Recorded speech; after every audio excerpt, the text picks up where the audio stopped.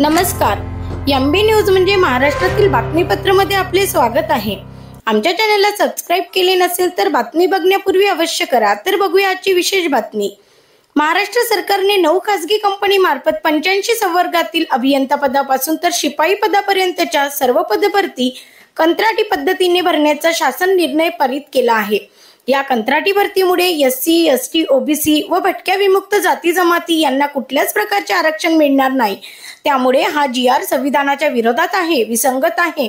तसेच महाराष्ट्र विधिमंडळाने अलीकडेच खासगी विद्यापीठ संदर्भात सुद्धा एक बिल पास केले आहे। या बिलामुळे एससी, एसटी, ओबीसी व भटक्या विमुक्त जाती जमात प्रवर्गातील विद्यार्थ्यांना खासगी विद्यापीठामध्ये कुठल्याही प्रकारचे आरक्षण मिळणार नाही, स्कॉलरशिप मिळणार नाही व रिइंबर्समेंट मिळणार नाही। त्यामुळे हे बिल गरीब आणि होतकरू विद्यार्थ्यांच्या पोटावर पाय देणारे आहे, सर्वांसाठी घातक आहे। याकरिता वंचित बहुजन आघाडीच्या वतीने तिवसा तहसील कार्यालय येथे या दोन्ही बिलाचा जाहीर निषेध केला आहे। हे दोन्ही बिल तात्काळ रद्द करावे अशी वंचित बहुजन आघाडीची मागणी आहे।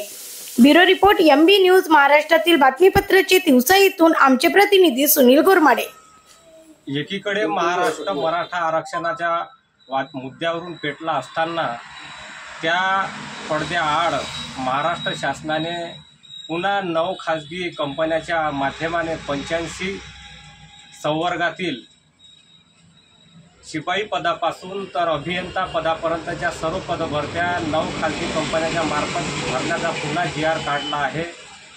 या जीआरच्या मुळे एससी, एसटी, ओबीसी या संवर्गातील विद्यार्थ्यांना कुठल्याही प्रकारचे आरक्षण मिळणार नाही। त्यामुळे हा जीआर संविधानाच्या विरोधात आहे, विसंगत आहे। त्याचबरोबर खाजगी विद्यापीठाच्या संदर्भात महाराष्ट्र सरकारने एक बिल पास केले आहे।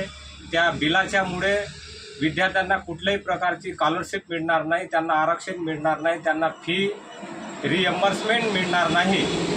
हा गरीब आणि होतकरू विद्यार्थ्यांच्या पोटावरील पाय आहे असे वंचित बहुजन आघाडीचे मत आहे। म्हणून या दोन्ही बिलाचा वंचित बहुजन आघाडी तीव्र शब्दात निषेध करते आणि या विरोधात महाराष्ट्र सरकारला तीव्र आंदोलनाचा इशारा देते।